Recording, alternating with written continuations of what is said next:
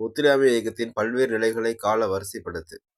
அமிர்தசாரஸ் நகரில் பிரிட்டிஷ் படைகளால் ஆயுதமேந்தா மக்கள் மீது கொடிய தாக்குதல் நடத்தப்பட்டது 1919 ஏப்ரல் 13. அதான் ஜாலியன் வாலாபாக் படுகொலை சொல்லுவோம். நீதிமன்ற விசாரணையின்றி எவரையும் சிறையில் அடைக்க ரவுலட் சட்டம் கொண்டுவரப்பட்டது 1919. இதைதான் காந்தியடிகள் கருப்பு சட்டம் அப்படின்னு சொல்லுவார். சௌரி சௌரா வன்முறை சம்பவம் காந்தியடிகள் ஒத்துழையாமை இயக்கத்தை விலக்கிக் கொள்ள வழிவகுத்தது 1922 பிப்ரவரி 5.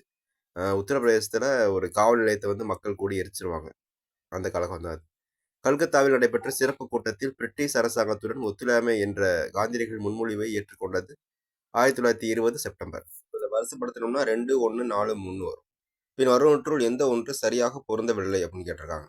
பஞ்சாப் துணை ஆளுநர் மைக்கேல் ஓ டயர், ஆனால் ரெஜினால் டயர்னு போட்டிருக்காங்க. அதான் சரியா பொருந்தலை. தலித் பகுஜன் இயக்கம் டாக்டர் அம்பேத்கர். சுயமரியாதை இயக்கம் தந்தை பெரியார். சத்தியாகிரக சபை ரவுலட் சட்டம். பின்வரும் நிகழ்வுகளை சரியான கால வரிசைப்படி அமைத்து கொடுக்கப்பட்டுள்ள விடைகளிலிருந்து சரியானதை தேர்ந்தெடுக்கவும். கேதா சத்தியாகிரகம் 1918. சாம்பிரான் இயக்கம் 1917. பிராமணர் அல்லாதோர் இயக்கம் 1912. வேதாரண்ய உப்பு சத்தியாகிரகம் 1930.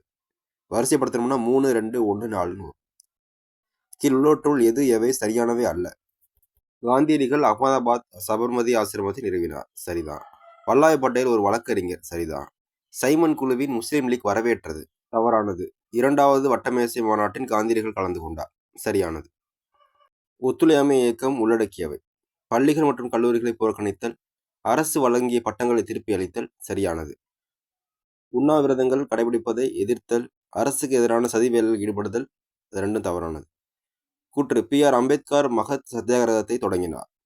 காரணம் அவர் இந்துக்கள் மற்றும் முஸ்லிம்கள் ஒருங்கிணைக்க முயற்சி செய்தார். கூற்று சரி. ஆனால் காரணம் இந்து முஸ்லீம் ஒருங்கிணைக்க இல்லை, அந்த குளத்தில் தண்ணி எடுக்கிற பிரச்சனைக்காக உருவாக்குவார். கூற்று சரி. காரணம் கூற்றை விளக்கவில்லை. ஓகே. 1919 இந்திய கவுன்சில் சட்டம் மற்றும் ரவுலட் சட்டம் நிறைவேற்றப்பட்டது. இது மிதவாத தேசியவாதிகளை அரவணைத்து தீவிர தேசியவாதிகளை தனிமைப்படுத்தும் பிரிட்டிஷாரின் கொள்கைகளின் ஒரு பகுதியாகும். ஆன்சர் கூற்று மற்றும் காரணம் சரி. காரணம் கூற்றை சரியாக விளக்குகிறது. கீழே குறிப்பிடப்பட்டுள்ள தலைவர்கள் சுயராஜ்ய கட்சியுடன் தொடர்பில்லாத தலைவர் யார்? ராஜாஜி. காந்தியடிகளின் தண்டி யாத்திரை பயணம் சென்றடைந்த ஆண்டு ஏப்ரல் 6, 1930. சுயராஜ்ய கட்சி அப்படின்னு என்ன தெரிஞ்சுக்கணும். 1922 டிசம்பர் நடைபெற்ற கயா காங்கிரஸ் மாநாட்டில் மாற்றத்தை விரும்புவோர் மாற்றத்தை விரும்பாதோர் அப்படின்னு 2 பிளவுவாங்க. அப்போ மோதிலால் நேரு, சித்தரன் தாஸ் ஆகியோர் இணைந்து 1923 ஜனவரி 1 சுயராஜ்ய கட்சி ஆரம்பிப்பாங்க.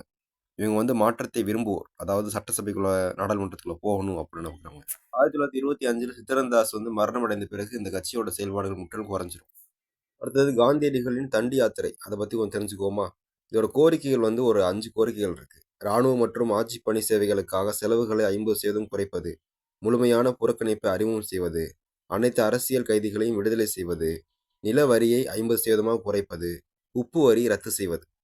ஓகேவா. ஆனால் உப்புக்காக சத்தியாகிரகம் ஒரே இதில் முடிச்சிட்டோம். இதில் இத்தனை கோரிக்கைகள் இருக்கு, தெரிஞ்சுக்குங்க.